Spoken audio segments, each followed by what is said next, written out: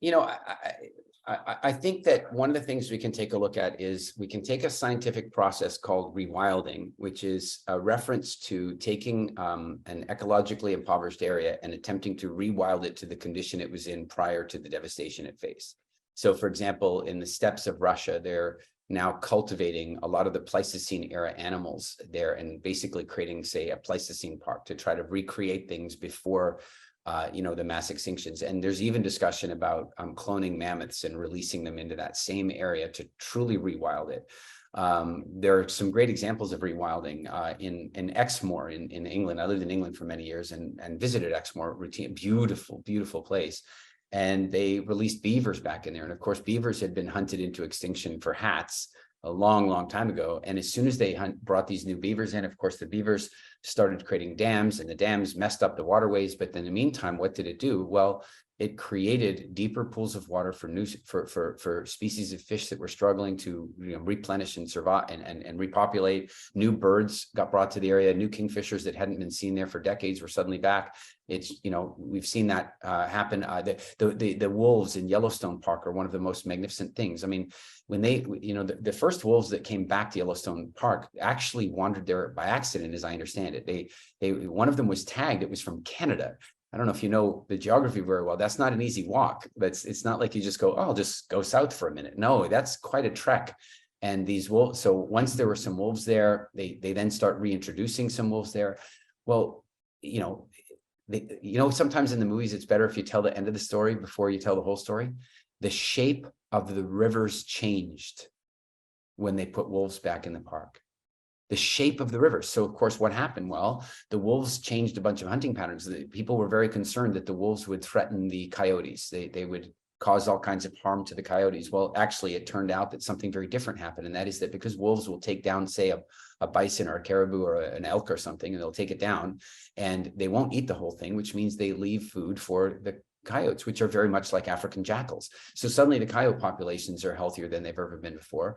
Then at the same time, before all these big herbivores would go down onto the river's edge because that's where the water is, and they would eat all the plants there, which would cause more river erosion. But of course, no animal wants to be by the river when there's big predators around, because the predators are smart and they use the rivers to hunt. So now all these animals have learned, hey, man, we can't go hang out by the river anymore. So guess what? The river plants start shoring up. In the meantime, the river plants start shoring up. So the river banks are stronger and they can withhold. And next thing you know, you've got changed river patterns. Rewilding is a fascinating process. And so far, you might be confused as to how this relates to your question. What I'm suggesting is that we rewild ourselves as best we can. Now, I'm not suggesting you got to do you got to sell up everything you got and like Harrison Ford in the Mosquito Coast and move off to the coast of Africa and just disappear into the wilderness. If you have the resources to do that and you've got the tenacity and strength, I think it might be fantastic.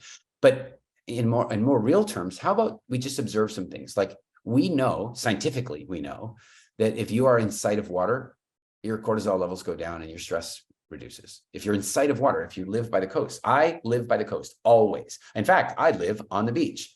And then the other thing we can take a look at is we can recognize that living in tremendous EMF and light pollution all the time is probably a little different than the way things were in nature. So make sure that you live somewhere or that you visit places that are different than that. Then take a look at your sleeping patterns and rewild those to some degree. Your room should be naturally cool with fresh air and it should be dark. It should actually be dark.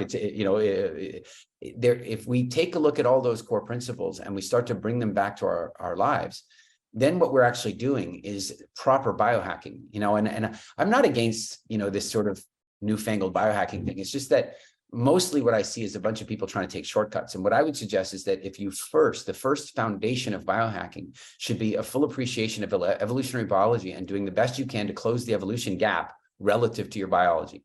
And if you do that, then that's the ultimate biohack. Being near water is the ultimate biohack. Walking through a forest with trees, how about this? When you hear birds, Victor, you're going to love this. When you're in the forest and you hear birds, you probably have this, oh, they're sweet, they're nice birds. But what you don't realize is your DNA is saying, oh, as long as those birds are cheeping, I know there are no predators around. Like it's because if you're in sub-Saharan Africa and all the birds go quiet, you're in bloody danger. And so when you walk into a forest and you hear all those birds and you wonder, why do I feel good like that? Why? Because your DNA knows you're safe. And so the more we pay attention to those wilder principles and rewild them into our existence, then the easier life starts to be. Now, sorry, Victor, one more thing. I know. No, I'm please go ahead. Podcast answers are supposed to be shorter, but I got to say this too. Please go ahead. Another part of it is, and this is devastating, by the way, life is too easy now. It is entirely too easy. And so, and you know the old expression, hard times make for tough, good people, and tough, good people, they make for easy times. And then easy times make for weak people, and weak people make for really hard times. Well, right now, we're in a place where the majority of people, in my opinion, in many of the governments around the world, are those very weak people that were created by protectionist, weak university campuses that decided to coddle them and decided to create safe spaces for them and trauma warnings and so forth.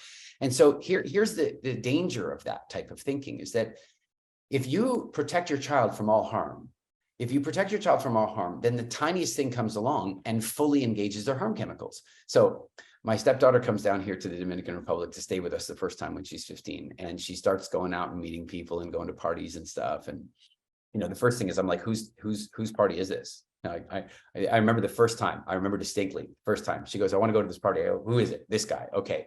How old is he? I don't know. He's 20 something. You're 16. Yeah, it's not like that. It's not like that. He's just driving. Is he sober? Yeah. Okay. I'll go out and meet him. So I walk over to the place where they're meeting for the party. I walk up to him and I go, what's going on here with this party? He tells me about the party. I go, how old are you? He says, I'm 23.